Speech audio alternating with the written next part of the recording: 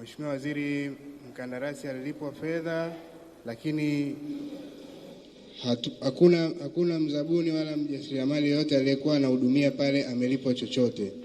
Madai tunayodai ni takriban milioni 400 kwa watu wote tunaodai pale. Iko wilaya ya Siha. Iko Siha? Ndio. Huyo mkandarasi yuko wapi? GNS Construction. Yupo hapa?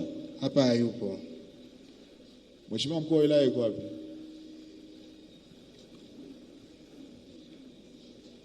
Unalijua hili jambo? Hebu mpe mic, likoje hili? Pole sana, nimeona umefunga mkono. Likoje hili? Mheshimiwa Waziri Mkuu, huyo mkandarasi aliingia full contract na halmashauri, na alipolipwa fedha yeye hajawalipa wale ambao walikuwa wameingia nao mkataba kwa ajili ya kufanya kazi, shughuli za ujenzi au kwenye sehemu ambako alichukua vifaa vya ujenzi. La imeshafanyika, kuna baadhi ya watu wameshampeleka mahakamani, lakini pia na sisi tunataka baada ya muda aweze kuletwa hapa mpaka kutokea Dodoma aweze kuja kumalizana na hawa watumishi. Fedha ya mradi imeshalipwa yote? Hapana, kuna nyingine imebaki haijalipwa. Bado haijalipwa yote? Ndio. Sasa fedha nyingine inayosalia ilipwe pasu kwa pasu. Mnapomlipa yeye, fedha nyingine inaenda kuwalipa moja kwa moja. Kwa hiyo kwenye malipo yanayofuatia muiteni msaini addendum hiyo, asije akasema mmekiuka mkataba. Muiteni asaini addendum kwamba fedha inapolipwa ya kwake inalipwa moja kwa moja na subcontractors. Samahani Mheshimiwa Waziri Mkuu, ni kwamba huyo mkandarasi sasa hivi alishavunjiwa mkataba, kwa sasa hivi ametafuta mwingine kwa ajili ya kuendeleza hiyo. Alishavunjiwa mkataba, hayupo? Amevunjiwa mkataba. Basi jambo la aina hiyo atafutwe. Ndio Mheshimiwa Waziri Mkuu. Hebu mtafuteni. Kamanda wa polisi yuko wapi? Mkurugenzi, una jambo la ziada?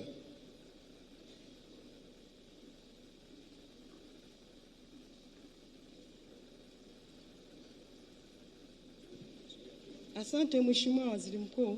Ni kweli kama alivyosema mkuu wa wilaya, halmashauri iliingia mkataba na mkandarasi GNS Construction Limited Company tarehe 4 mwezi wa 6, na tayari tulishavunja mkataba tarehe 20 mwezi wa 1, na kwenye final account yule mkandarasi anaidai halmashauri milioni 1,500,000 tu baada ya ile kazi kufanywa tathmini sehemu ambazo zina mapungufu na kukata retention na kazi zote. Kwa hiyo kiasi anachokidai halmashauri ni milioni 1,500,000 tu. Asante. Zipo fedha anazodai milioni 1,500,000 tu kufuatana na kazi ambayo amefanya? Ndio, milioni 1,500,000. Sasa muiteni msaini addendum kwenye fedha ambayo bado iko halmashauri. Kateni 400 walipeni hao. Samani Mheshimiwa Waziri, anadai milioni 1,500,000 tu. Milioni 1,500,000 tu. Nilisikia bilioni 1.5. Hapana. Mkataba ulikuwa na bilioni 1.5. Sasa kama fedha, ndio maana nilisema fedha ameshalipwa. Kwa hiyo fedha alishalipwa na hajawalipa subcontractors waliofanya kazi. Anakaa wapi? Anakaa Dodoma. Kamanda wa polisi, ongea na mwenzako wa Dodoma, kesho aletwe Kilimanjaro. Kesho aletwe Kilimanjaro na msainiane analipa lini hiyo fedha. Hatuwezi tukawa na watu huku wanauziwa vifaa vyake, wanauziwa vifaa vyao, wanauziwa nyumba zao, kazi walishafanya, alafu yeye fedha ameshalipwa hajalipa wenzake ambao walifanya nayo kazi. Mwambieni ajisalimishe. Kama hata jisalimisha, kamanda, ongea na kamanda mwenzako aletwe mara moja hapo. Na hili si jambo la hii kazi ilishaisha ndani ya mwezi mmoja au ameshalipa hiyo fedha ya watu waliofanya kazi, kwa sababu fedha ambayo alitakiwa kuwalipa subcontractors alishalipwa.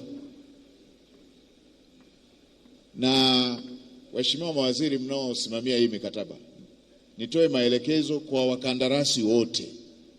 Umekwepo huu utaratibu, tukae tu, wa wakandarasi wao wanapewa fedha na serikali, lakini hawawalipi subcontractors wao walioingia nao mikataba. Tena wengine wakicheleweshewa malipo na serikali wanaweka na riba, lakini wao wakishachukua fedha hiyo hawawalipi wakandarasi wazawa. Hili jambo halikubaliki. Vinginevyo, angalieni uwezekano wa kila mkataba kuwa unawekwa kipengele cha subcontractors kulipwa moja kwa moja na serikali. Hili tatizo limekuwa kubwa kila kona. Wanapewa fedha ya serikali wanakunja, halafu hawalipi wenzao ambao kimsingi hawa subcontractors ndio wanaofanya kazi. Ndio wanaofanya kazi hizi.